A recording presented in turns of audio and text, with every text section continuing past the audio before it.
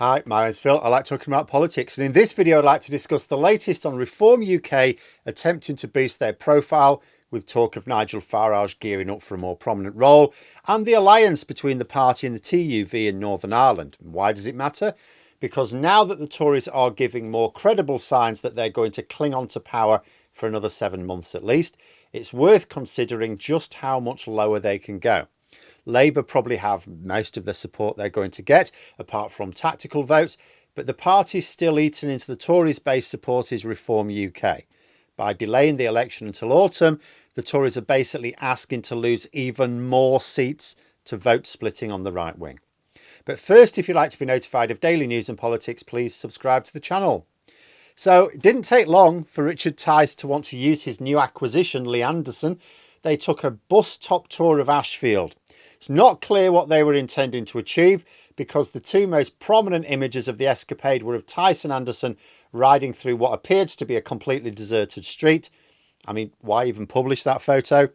But the second was of an elderly white male supporter of Anderson telling a black woman on the street, who clearly had a British accent, to go back home to Africa. And yet this shambles of a political operation is becoming a credible threat to what is arguably the most successful political party in human history. How the mighty have fallen. And before I go over the latest Reform UK antics, let's take a look at the threat they pose to the Conservatives. So last year, I said that the Tories would do better to call an election last autumn than any point in 2024. You know, there were people, cleverer people than me, that were saying, oh, it'd be madness to call an election with the polls as they were. But I knew that Sunak and his Tories were not going to do anything to make things better. I knew it was just going to get worse. At the time, I was suggesting Sunak would have announced it. YouGov's polling had the Tories winning just 134 seats. So you can see why people said it would be mad. But what's the situation now? Well, with the same pollster, where Labour have just registered a corrective drop in their rating, the Conservatives would win just 42 seats. They've gone from a worse than 1997 style drubbing to third place behind the Lib Dems in just 6 months. And this has been due in part to Reform UK going from 8% in the polls to 14%. Now, yes, I keep saying I think that value is inflated a bit, but what is clear is that Reform UK are increasing their voting intentions substantially. The recent by-elections were disappointing for Reform UK by the standards of their poll rating, but way better than they were getting last year. And under the bonnet, almost all of that support is coming from 2019 Conservative voters. In 2019, the Brexit Party got most of their support from Tory voters, yes, but there was a decent chunk from Labour as well. Not with Reform UK.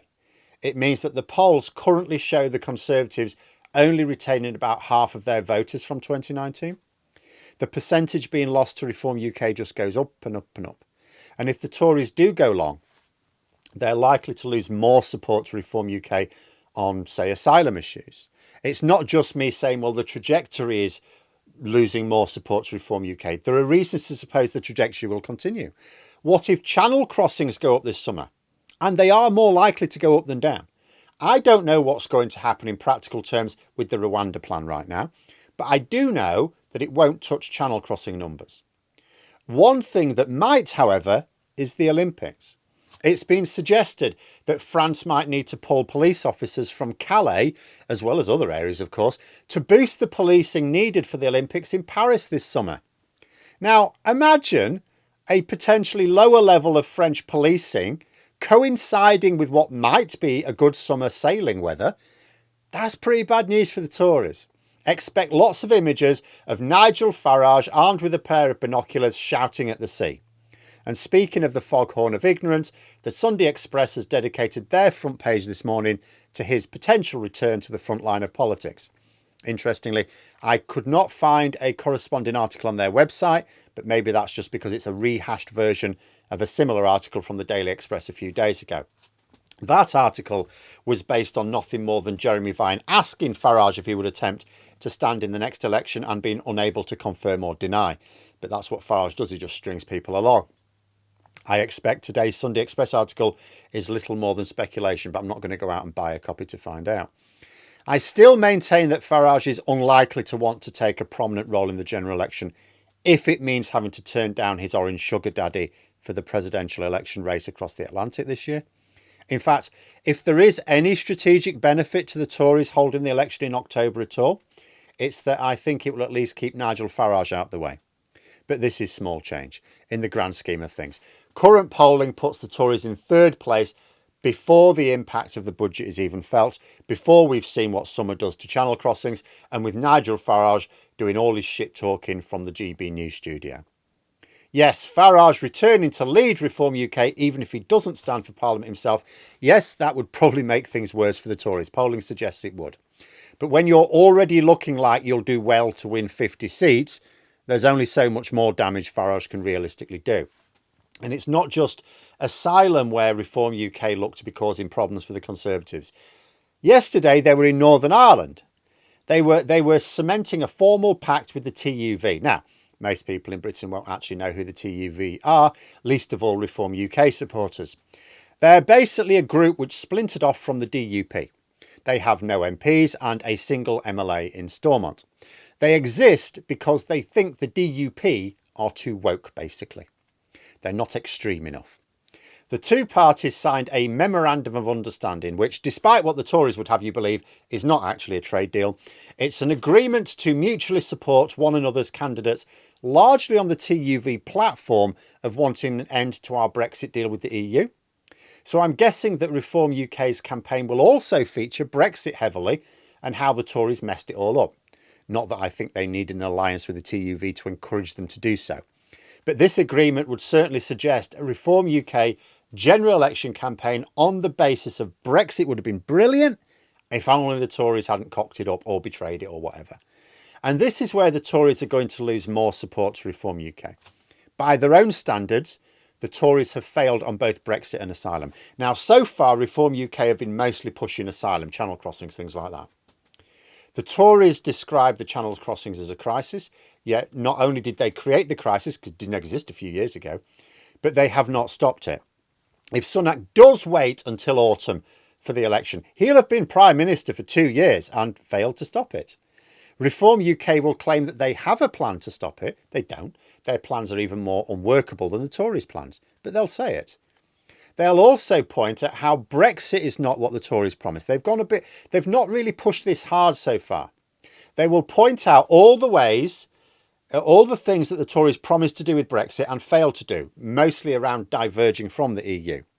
And the Tories will not be able to deny any of it convincingly because their own side won't want to.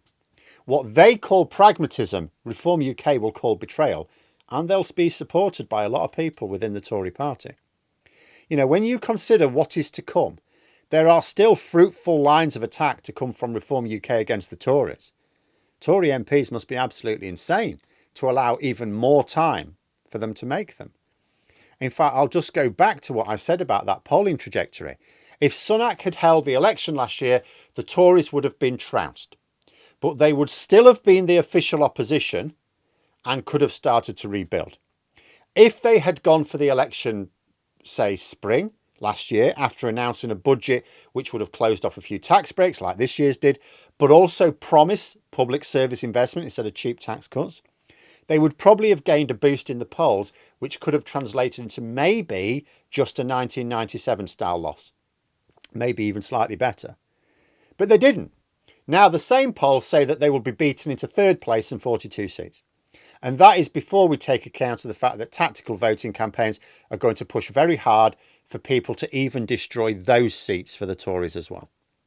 Even if you go with an average of multiple pollsters, because YouGov is more punishing to the Tories than most, but I use it a lot because it's also one of the most provably accurate ones. But if you want an average on, say, the Spectator's poll tracker, the Tories have gone from winning 115 seats last autumn to 88 now. A smaller drop when averaging lots of pollsters, but it is still a drop. It is still a trajectory of fewer and fewer seats. And it's essentially down to allowing Reform UK to have an unchallenged narrative, because the Tories are quite happy to attack Labour. They never attack Reform UK, ever. They've not attacked a single one of their policies, a single one of their members. All they say about Reform UK is a vote for them is a vote for Labour. They're arguing against the vote splitting, but they do not argue that Reform UK is getting it wrong. So they're basically giving credibility to Reform UK and giving more time for them to work on their campaign points. Absolute madness. But there we are. Those are my thoughts. Let me know yours in the comments below. Hope you found the video interesting. If you did, please click the like button.